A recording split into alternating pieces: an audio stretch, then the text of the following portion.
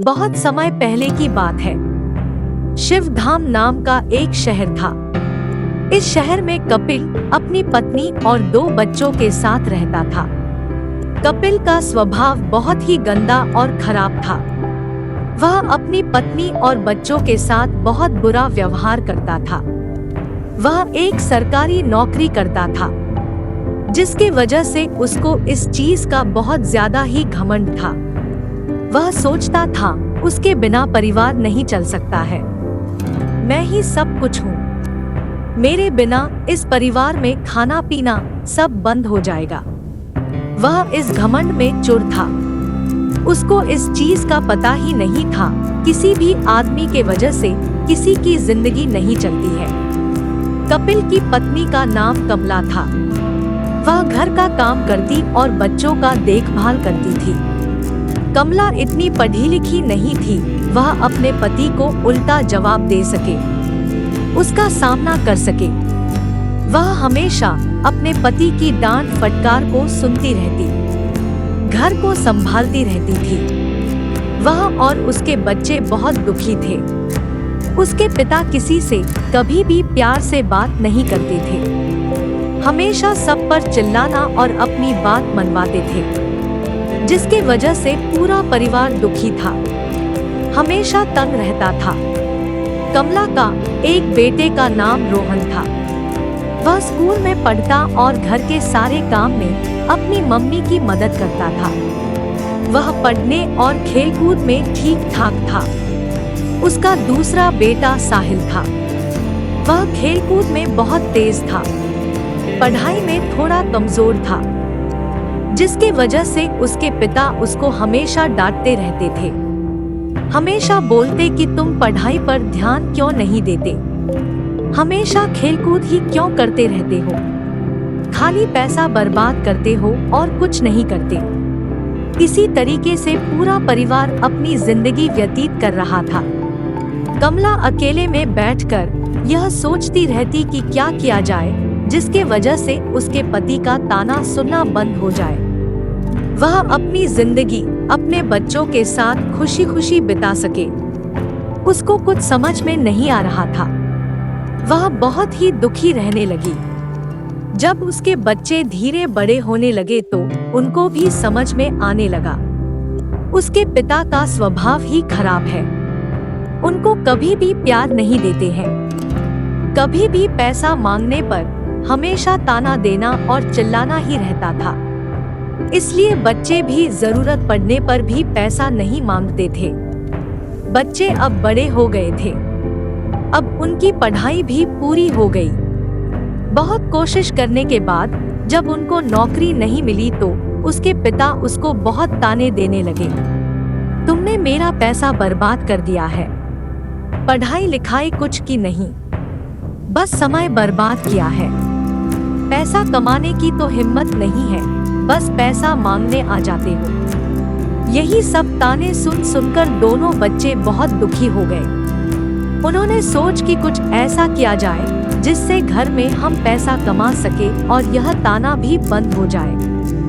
दोनों बच्चों ने सोचा हम माइटूफ पर काम करना शुरू करते हैं, जिससे बिना पैसे के हमारी कमाई शुरू हो सकती है। अब उनको यह नहीं समझ में आ रहा था क्या काम किया जाए। कुछ भी करने के लिए पैसे की जरूरत पड़ेगी, कुछ ना कुछ पैसा तो चाहिए ही कोई भी काम शुरू करने के लिए। तब उनको समझ में आया मेरी माँ बहुत बढ़िया खाना बनाती है, क्यों ना हम खाना बनाने का काम ही शुरू करते हैं। इसमें कोई पैसा भी नहीं लगेगा और हमारा काम भी हो जाएगा। यह बात वह अपनी माँ को बताते हैं। उनकी माँ यह बात सुनकर बहुत खुश हो जाती है, बोलती है बेटा मैं तैयार हूँ, मैं तुम्हारा साथ दूंगी, तुम जो भी करना चाहते हो सब कुछ कर सकते हो, मुझे कोई दिक्कत नहीं है। उन्होंने खाना बनाने का माइटूफ चैनल खोल लिया। माइटूफ पर वह खाने बनाने का वीडियो डालने लगे। उसकी माँ हर रोज एक नया खाना बनाती और बच्चे उसको माइटूफ पर डालने लग गए। धीरे धीरे खाने का चैनल चल गया और खाना बनाने के चैनल से उनके पास पैसे आने लग गए। यह सारी बात उसके पिता को पता नहीं थी। सब लोग अपने पिता से छुपकर यह सब काम करते थे। जब उसके पिता काम पर चले जाते तब सब लोग माइटूफ का काम करते थे। धीरे धीरे उनके पास बहुत सारा पैसा जमा हो गया। इन्होंने सोचा क्यों ना हम यह घर छोड़ दें। अपना किराए का मकान लेकर हम उसमें रहते हैं। उन्होंने अपनी माँ को यह बात बताई। उसकी माँ ताना सुन सुनकर इतना परेशान हो गई थी, उसने झट से बात मान ली। जब उसके पिता अगले दिन काम पर गए तो दोनों बेटे अपनी माँ के साथ घर छोड़कर चल दिए। उन्होंने एक किराए पर घर लिया और घर का सारा सामान भी खरीद कर घर में रख लिया। अब वे लोग बिना किसी टेंशन के अपना माइटूफ पर काम करते थे। घर में सब लोग खुश थे। उसकी माँ अब बिना टेंशन के रहने लगी, जिसकी वजह से घर में खुशी और पैसा दोनों ही आने लग गया। दूसरी तरफ जब उसके पिता घर पर आते हैं तो देखते हैं घर पर कोई नहीं है। घर का सारा सामान इधर उधर देखकर उनके पिता को लगता है सब लोग कहीं बाहर ही घूमने गए हैं। बहुत देर हो जाने के बाद भी लोग नहीं आते हैं। कपिल को लगता है सब लोग अपने ससुराल गए होंगे। वह सारी बातों को छोड़कर अपने काम में लग जाता है, अपनी जिंदगी जीना शुरू कर देता है। उसको इस बात से कोई फर्क नहीं पड़ता है घर में कोई है या नहीं। वह अपनी जिंदगी में मस्त हो जाता है। अगले दिन जब देखता है कोई घर पर नहीं आया, वह अपने ससुराल फोन करता है, अपने ससुराल बात करता है। तब उसको पता चलता है उसके बच्चे और पत्नी ससुराल में नहीं है। तब उसको समझ में आ जाता है उसकी पत्नी और बच्चे उसको छोड़कर चले गए हैं। इस बात से उसको कोई फर्क नहीं पड़ता है। अपना जीवन खुशी खुशी जीना शुरू कर देता है। कमला और उसके दोनों बच्चे माइटूफ पर अपना खाना बनाने के चैनल से खूब पैसा बनाने लगते हैं। साथ ही साथ वे लोग 2-3 और चैनल खोल लेते हैं। उससे कमाई भी शुरू हो जाती है। धीरे धीरे सब लोग बहुत सारा पैसा जमा कर लेते हैं। कमला और उसके बच्चे अपना नया घर बना लेते हैं।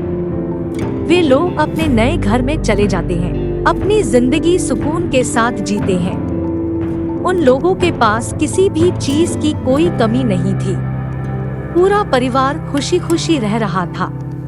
किसी को भी अपने पिता की याद नहीं आती थी।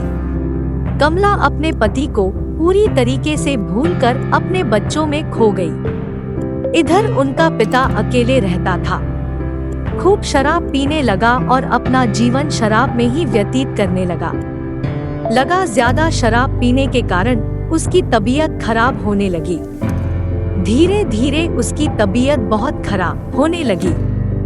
बहुत दिनों से ऑफिस नहीं आने के कारण उसके दोस्त घर पर आए। कपिल को बहुत बीमार देखकर उसको अस्पताल के कर गए। डॉक्टर ने बोला थोड़े दिन और देर हो जाती तो इसकी मृत्यु हो जाती। शराब पीने के कारण इसकी तबीयत बहुत ज्यादा खराब है। डॉक्टर ने बोला चिंता मत कीजिए, धीरे धीरे इसकी तबीयत में अब सुधार आने लगा है, थोड़ी दिनों के बाद ठीक हो जाएगा। उसके दोस्तों ने उसकी पत्नी और बच्चों को उसकी खराब तबीयत के बारे में बताया। उसके बच्चे बहुत परेशान हो गए और अपनी माँ के साथ अस्पताल आए। अपने पिता को देखकर बहुत दुखी हो गए और रोने लगे। कमला भी अपने पति को इस हाल में देखकर बहुत दुखी हो गई। तभी कपिल बोलता है मुझे माफ कर दो, मैं अब ऐसा कभी नहीं करूँगा। मैंने घमंड में आकर बहुत ही गलत काम किया है। अब ऐसा काम कभी नहीं करूँगा। मुझे एहसास हो गया है कोई भी व्यक्ति अकेला नहीं रह सकता है। अकेला व्यक्ति कभी खुशी नहीं पा सकता है। इसलिए हमें परिवार के साथ मिलकर रहना चाहिए। इतना सब सुन के कमला भी खुश हो गई। उसने अपने पति को माफ कर दिया। थोड़े दिनों के बाद कपिल ठीक होकर घर आ गया। कमला और उसके बच्चे भी अपने पिता के साथ रहने लगे। इस तरीके से पूरा परिवार साथ में खुशी खुशी रहने लगा। इस कहानी से हमें यह सीख मिलती है कि हमें कभी भी किसी भी चीज का घमंड नहीं करना चाहिए। हमें अपने परिवार में सबको मिलाकर रखना चाहिए। अपनी पत्नी और बच्चों के साथ हमेशा अच्छा व्यवहार करने चाहिए। पत्नी को खुशी देनी चाहिए और बच्चों को हमेशा समझाकर उसको अपने जीवन में आगे बढ़ने की प्रेरणा देना चाहिए। पिता ही घर का मुखिया होता है, जो घर को संभाल भी सकता है और बर्बाद भी कर सकता है। यदि पिता अच्छा होता है तो घर में खुशी और बरकत आती है। परिवार के सारे लोग खुशी खुशी रहते हैं। जैसा कि आपने इस कहानी में देखा, कैसे एक पिता को अपने सरकारी नौकरी पर बहुत घमंड था, लेकिन जैसे ही उसकी हालत खराब हुई तो उसको समझ आया कि घमंड करना बहुत ही खराब होता है। इसलिए उसने अपनी गलती मानकर अपने परिवार के साथ खुशी खुशी रहने लगा।